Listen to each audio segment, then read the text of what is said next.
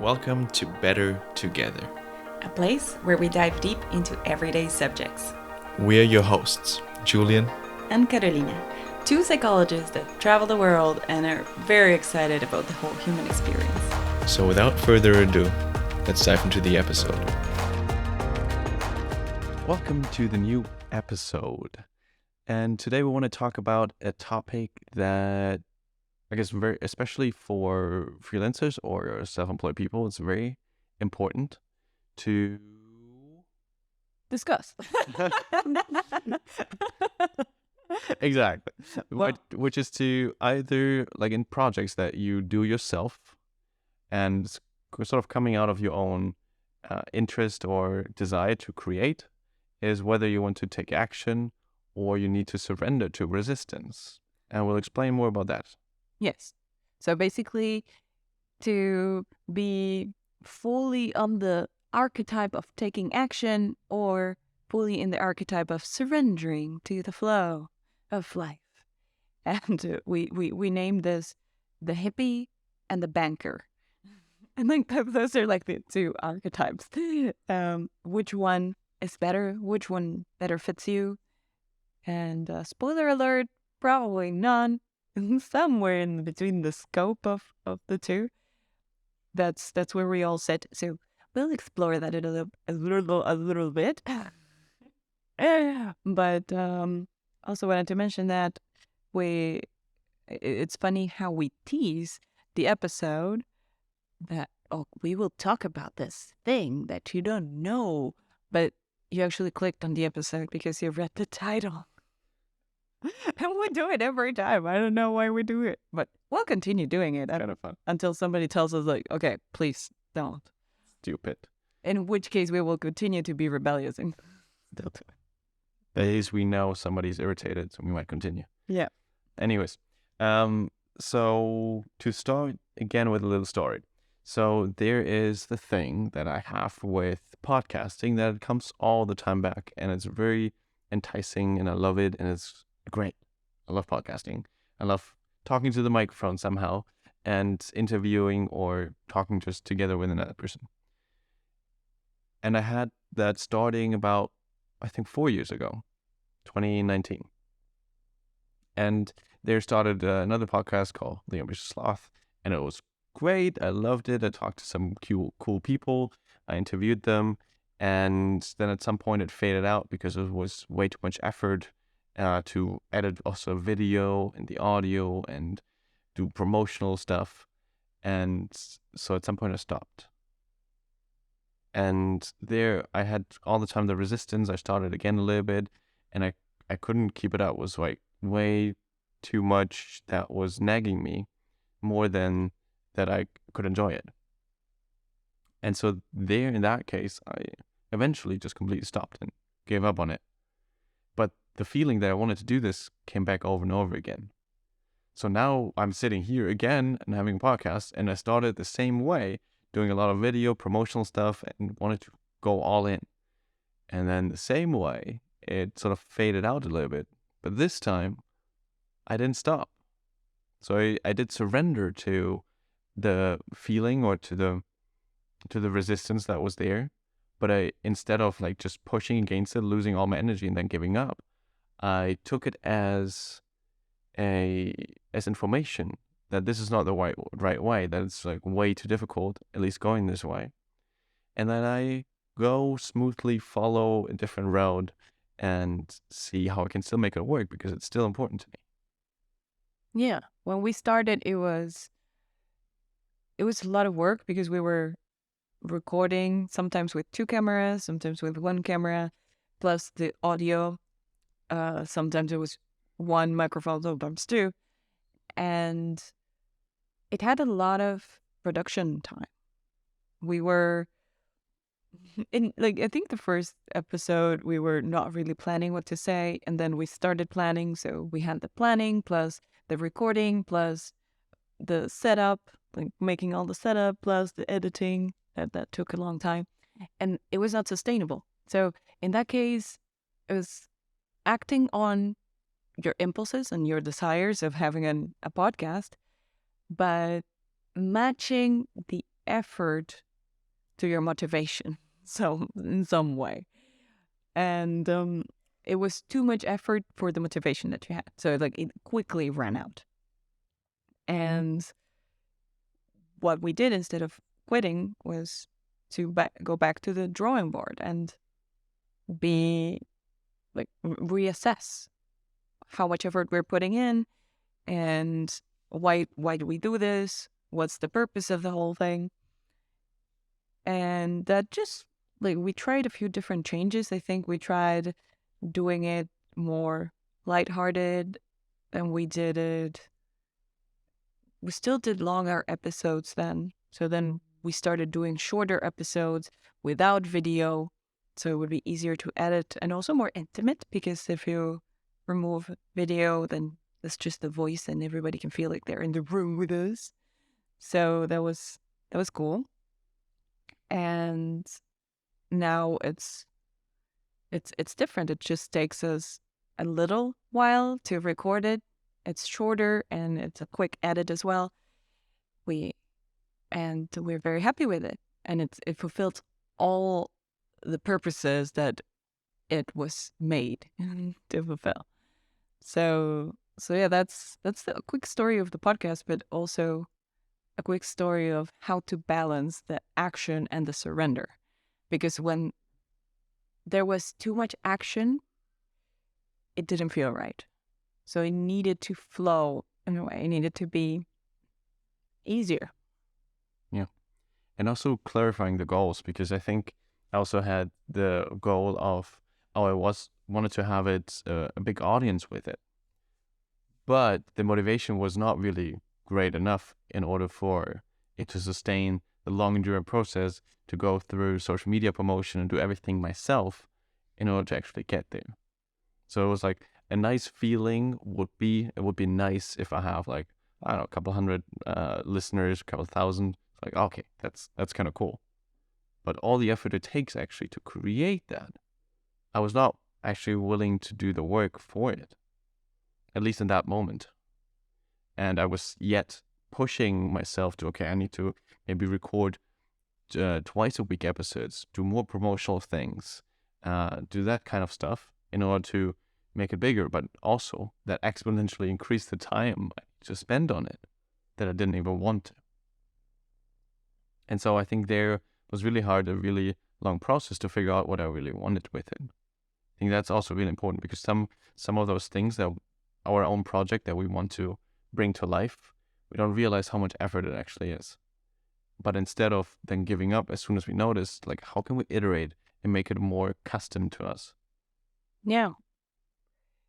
Last week, we recorded a podcast that we didn't launch. That's why we are recording this one now. And it was sort of a coaching session where Julian guided me through my own resistance, because I'm starting a YouTube channel. And I was feeling really stuck, where I knew too much, and I knew too much like of how to do it right. And I got disconnected with the reason I wanted to start it in the first place. So let us know if you want us to release that episode. We're not sure. Because it's pretty raw. It's like me being angry most of the time that I don't want to do this, and Julian trying to convince me otherwise. So yeah, let us know if you want to hear that episode. But what happens is, the moment that you're trying to translate something that it's in your mind into reality, it gets all the flaws of the 3D reality. Because in your mind, it's perfect. It's like, oh, unicorns and flowers and bubblegum. And then when it comes to the real world, it's like taxes and processes and conflict and a bunch of different things that are infused in your unicorn. So all of a sudden you have a lot of responsibilities and tasks to do, and it's not the same. It's not the same feeling. So there is this thing of learning how to navigate Earth with its lights and shadows. And sometimes we can glimpse the flow in the real world as it would be in our minds, or sometimes even better. Like sometimes you achieve things in real life that you never even dreamed of. And sometimes it's a lot of work and a lot of hustle and you don't see shit happen. So to go back to the initial topic, it's like, should you take action or should you surrender whenever you're facing a project? Whenever you're bringing that thing that's on your mind into reality? And not surprisingly, the answer is yes. Both and neither. Both and neither. Neither. Yes. So action is needed because for things to happen in the real world, it's not only manifesting and dreaming and surrendering to the universe bringing everything to your doorstep. So you need to take action and consistent action. So there is this feedback loop with, it can be the universe, it can be with like just more practical things of like the more people you know and network with, the more contacts you'll have, the more chances you'll have to make your project bigger or scale in any way. And there's also the universe part, the energetic part, where the universe gives you what you are. So whatever you're vibrating on, the universe will correspond that and match it. And yeah, maybe you meet the right person at the right time. Maybe you start experiencing synchronicities and serendipities. All of these things that are the magic part of being alive, the things that you couldn't really foresee. And that comes, but it shouldn't be expected. Like you should just focus on the part of taking action. Yeah, I think what comes to my mind when you say this is maybe slightly different now. Usually it's luck, but now it fits also with magic. The definition of luck, I would say, is preparation meets opportunity. And so I think that's a really nice combination of taking action, but also surrendering to opportunities or being open to things and letting things sort of naturally flow a little bit without being too restricted in how it should be. And it would be great if the banker and the hippie would work nicely together, because that's the sort of, at least how we see it now, no judgment to either of them, the nice polarity of the strength of both of them. Because in one direction, the banker, or the more taking action person, is so restricted because the only way that things can work is on that direct path that the person laid out to. Mm-hmm. But there's always other things that open up as soon as you made a couple of steps. Then you're further and you might know more things than you didn't before. And so then being open to other ways that you could actually go about this topic, EI or surrendering, could be really interesting. Like, for example. Yes. And we went into the taking action extreme, like, well, not extreme, but we explained that part. But also let's go into the surrender. Because yes, the banker is like action-oriented hustler, always responding to emails and being on time and like all of these things.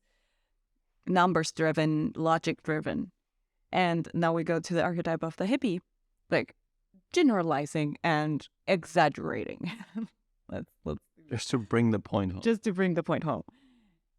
Just flowing with the wind, doing whatever feels right at any given moment, and just daydreaming, and sometimes getting things that were dreamt of, and flowing with life and being like, dude.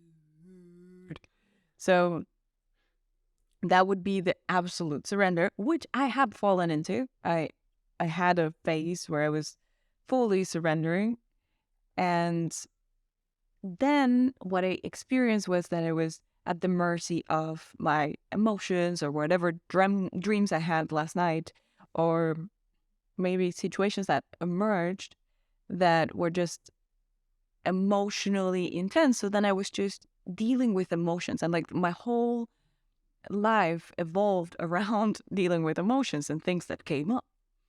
So in a way, I was just reacting to the universe, to my internal universe, to the external universe. And I was in this constant exploration. So I would always have intentions. That's one of my core values. So I always have a direction where I want to go.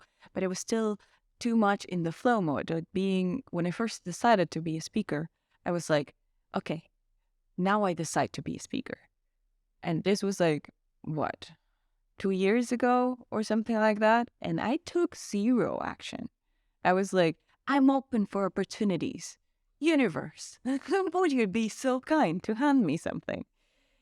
And unsurprisingly, that didn't really work. Like for, let's say, 6 months, I had zero traction. Maybe I did a couple of workshops, maybe I found a couple of clients that really came out of nowhere. And it was like this reinforcement and this, I perceived it as this sort of momentum building, like, okay, go for it. There you go. This is your starter pack. But because I didn't take consistent action and I didn't continue searching and asking and networking, then that faded pretty fast.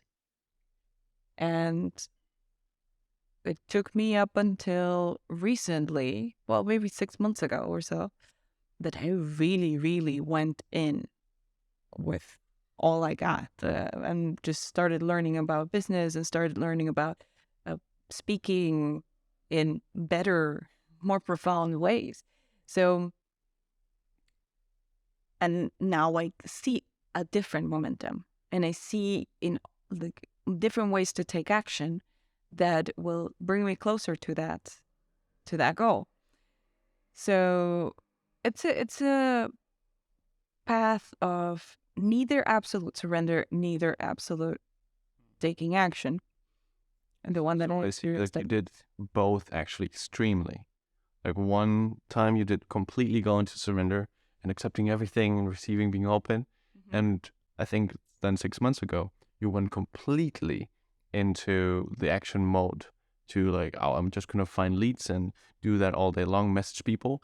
And it also didn't really work. No, that didn't work either. Actually. No. I think that's the surprising part, that just with complete focus on action and just going every day on finding leads and whatever you did there, did not result in much either. No, actually less. But what happened They went then? backwards without. Yeah. What happened then when you went all in with the action? You learned a lot actually. But when you took a step back, you were like, okay, that's too much of a dread for me right now. That's too much resistance. Like I'm putting too much energy in just lead generation and it's completely draining me. And I took a step back. I was like, okay, but I know it's the right direction because that's a lot what you learned. How can you see it differently? From a different perspective? How can you make it easier for yourself? Again, softening the resistance, bringing in the surrendering. Okay, I know this is the way, but help me to see other opportunities, other ways. Build on the foundation of the action. And then you had opportunities of like, oh wait, maybe I just get an assistant. Or maybe if we are more in one place, I can do more local things. And then you open up and got ideas on what to do next. Yeah. And so those two really nicely merged. Yes. Now I feel I'm still in the taking action mode, but incorporating a lot of the surrender part slowly. Like I'm not there yet. I don't, and I don't think you're ever there because it's a spiral upwards. So then you get more things, and you need to learn how to surrender to certain things and not to others, and it's a constant assessment of reality, like this feedback loop with reality where you're like, okay, do I surrender to this? Does this feel right? Okay, good. Let's not think about that or try to force that. For example, like a sale.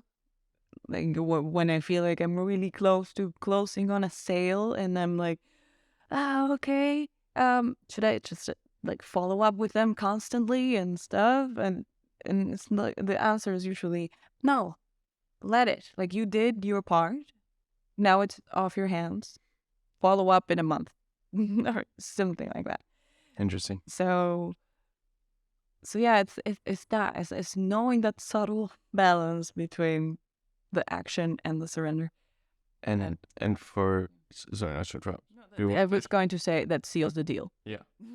And I think then to bring in from the beginning of the story, so the other podcast that I created, and then now into this one. And now it felt like, oh, I'm not giving it all. It's not enough what I'm doing now. So the action part.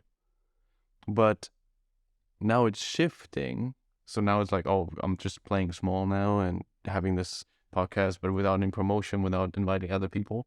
But I notice already now that the other part is coming up again. That I'm like, okay, I'm for a couple of weeks now thinking, okay, maybe I can interview this person or can bring other people on this podcast. And I'm like, oh, okay, that's interesting. So it comes naturally back up. And I think before I didn't trust myself or didn't trust this, as a lot of, I guess, the stuff that I'm watching is suggesting, no, you always need to put in and you cannot take a break, otherwise blah, blah, blah, blah. That was my internal monologue. But now it's really nice to also trust yourself in the surrendering part, that it will naturally come back up, whatever you really want to create. Yeah.